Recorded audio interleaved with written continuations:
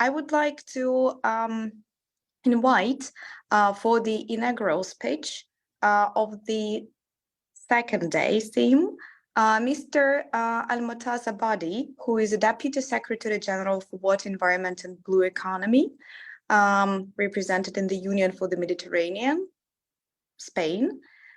And if Mr. Almotaz is ready, we are very much honored and privileged to invite you to deliver your welcoming speech. Thank you very much for inviting the Union for the Mediterranean to take part of this important topic to be discussed, especially the issue related to the effect of climate change in our life, with a special focus on the issue related to the mountain community, and also to raise awareness about how mountain affected by climate change and how we can also, as a human being, mobilize mountain in order to put measures in order to also mitigate the effect of the climate change. As you know, mountain not only a place where people live or having our ecosystem or having the rural area or agricultural activity or the place to also generate good and equilibrium for our water resources management, but also it affects absolutely the issue related to the microclimate. For an example, I live in Barcelona, just a matter of fact, because we have just a mountain called Tibidabo, and it's very close to the shore. So the microclimate of Barcelona is just different than maybe 20 kilometer closest city in the shore, in the same shore, because its ability in order to create a different ecosystem into the situation. For the Union for the Mediterranean, as you know, we are 43 member states, among us the 27 European Union member states, as well as all other 15 countries around the Mediterranean.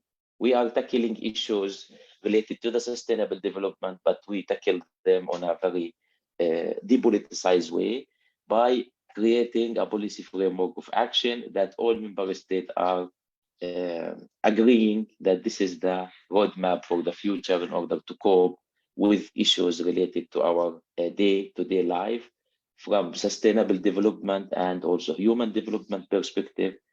I am, as a Deputy Secretary General, oversee three elements: water, environment, and blue-green economy, where the water agenda and environment agenda, as well as the blue-green economy agenda that were approved by the member state on different ministerial declaration, stated that we have to follow a holistic approach, and approach that we call it built on nexus, and how to break the silos between different aspects in order to achieve our aspiration when it comes to the not only availability of water, but also having the water, as an example, affordable, as well as to see how climate change affect this availability and affordability of water.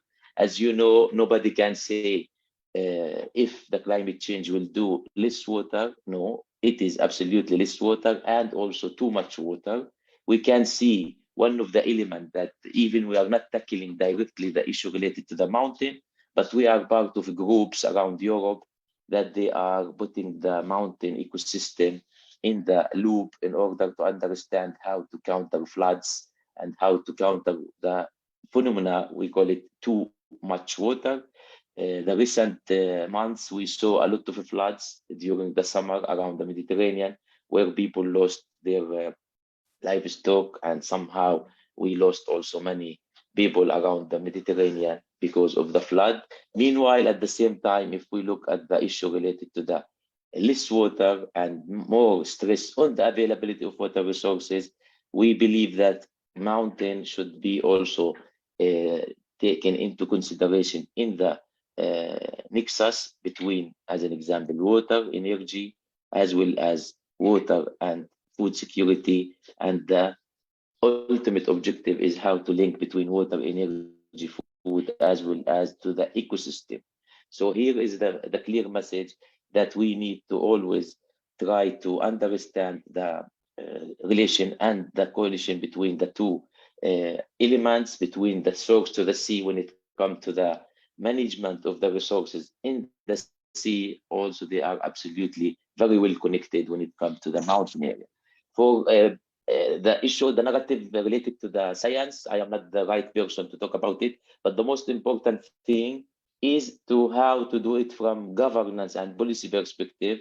We notice that we need to follow the whole of government approach as well as the whole of society approach when it comes to the tackling all elements related to the comprehensivity, how to achieve the SDGs, all SDGs.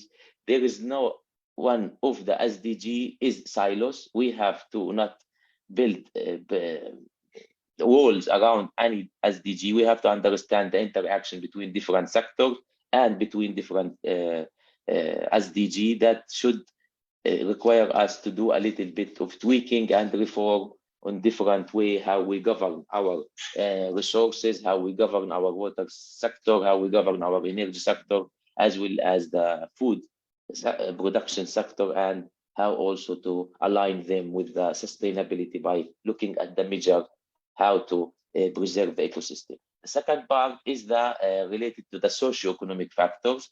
Here we talk about the young people, women, and the young girls that how can be integrated. Salute for you where you are doing this summer break, and I know that you are bringing young people and decision makers in order to exchange and to understand how the young people can be the tool and also the objective to preserve our ecosystem. And the best way, if we want to talk about the future, all figures we receive from World Bank, from UN agencies, even from our own as a Union for the Mediterranean, we conducted a study called MIDIC. All figures for 2030 or 2050 are really alarming. They are saying if business kept as usual, then we are going to have, as an example, from 180 million people who are living under stress around the Mediterranean, we will have them 2060. Do we need this? No. So how to change it? We need to create the change maker, and the change maker, we believe that this is the awareness among the new generation that will be serving us to put a good roadmap of action in order to change the trends toward 2030, which is tomorrow, and toward 2050, which is after tomorrow. Time is running. Time is not to describe the situation. We know all that the situation is changing. We know all that we are with the short sleeve in November somehow in countries where we used to have jackets. So nobody can argue that we have an issue. And if we wanted to tackle it, we have to look after the, first of all, creating the political will, creating the change at regulation, as well as to put a responsive framework of management that will work on a commercial approach, non-profit. I'm not talking about privatization, but the private sector should be engaged, young people should be engaged, all the spectrum of the society, and should be tackled not only in a socio-environment perspective, but also socio-economic perspective. And that is the way that we are expecting after the summer school, that young people will give us orders, not only recommendation, that if you want to save the future for us, you have to do it like this, and let us lead you there. Thank you very much for inviting the Union for the Mediterranean for this important meeting. Thank you very much. And we are really all hoping that the new generation would make the change, that girls and women would lead as well as the young people would, and we are here to facilitate them, right? We're here to help and sharing our expertise. We are really expecting to empower them to make a change with the skilled knowledge, and this is what this school is about. Thank you very much for your inspiring and uplifting, and after such speeches and involvement of such an outstanding organizations, we truly believe that this world can be changed and has a chance to be saved. Thank you. Thank you. Thank you very much. Thanks.